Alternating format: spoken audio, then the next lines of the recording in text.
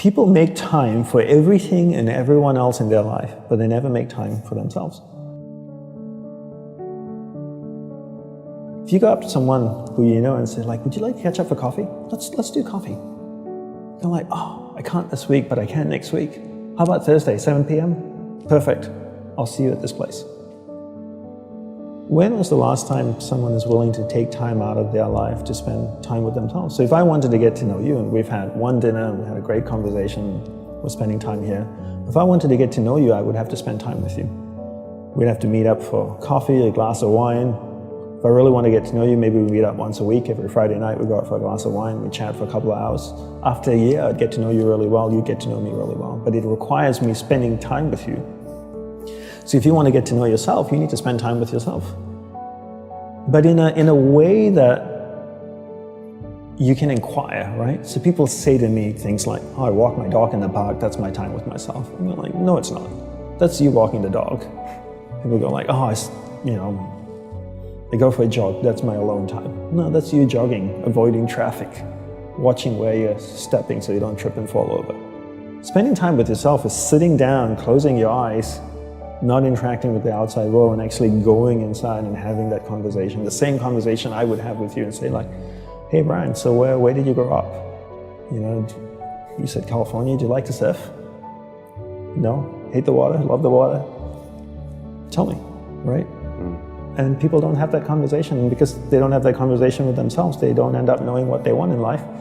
Because they don't know what they want in life, they can't focus that finite amount of energy, and then they don't live a lifestyle that brings them happiness, and most people end up being unhappy. A couple of things I would say. One is simplify your life. Everybody's so busy. Everybody's got a lot of things to do. We don't actually have a lot of things to do. Right, we like being distracted because then we don't have to think about ourselves. And we don't have priorities in life. Most people don't have clear priorities in life. You know, for me, my goal is to simplify my life, simplify the number of people in my life, and simplify the number of things in my life. We only have a finite amount of energy each day, right? But every year, we have more people in our lives. Is that a fair statement? More Facebook friends, you have more people you're connected with, but your energy stays the same. So that's not a proportionate growth. If your energy is increasing every year proportionately with the number of things and people in your life, then we don't have to talk about this. But your energy level is the same. But the amount of people and things in your life are growing almost exponentially. So whereas that doesn't work.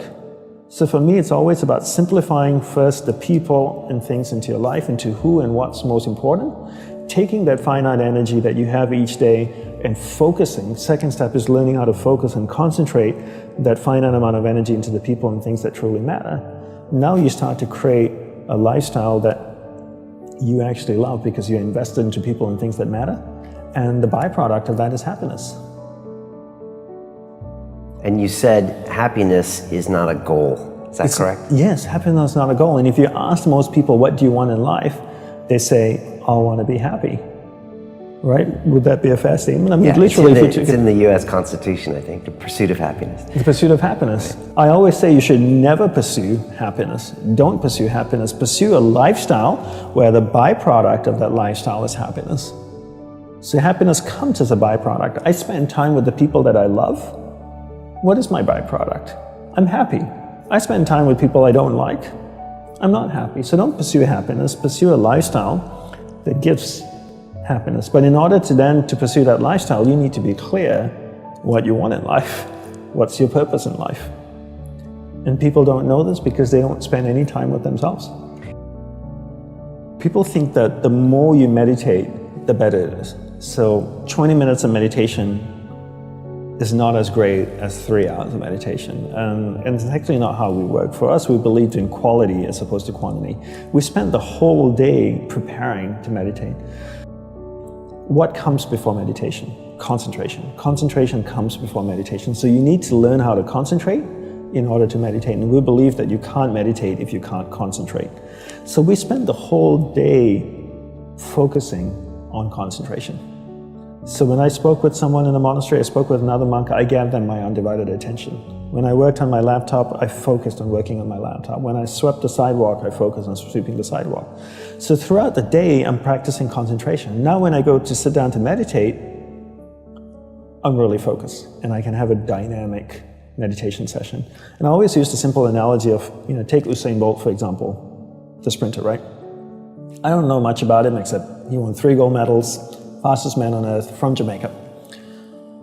I can make an assumption and tell me if I'm wrong that his whole day is structured, that he eats the right kinds of food and drinks the right amount of water. He goes to the gym. If you look at the boy, he's ripped, right?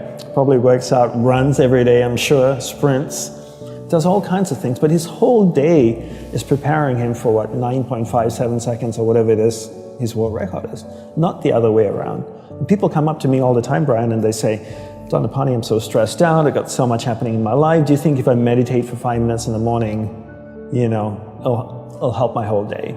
I'm going like, well, what are you doing the remaining 23 hours and 55 minutes? That's what I want to know. Because if you try to meditate for 5 minutes in the morning and the rest of the day you just live a chaotic life, that's not, it's a good start, but it's not really helping you. It's like eating a carrot in the morning and then eating hamburgers and fries all day and hoping to have a healthy diet. You have to understand that your whole day, your lifestyle is what's going to support your meditation practice at the start, and then your meditation practice grows, and then it turns around and supports your lifestyle. But not the other way around. You don't create a meditation practice to support your lifestyle. You create a lifestyle first, meditation second.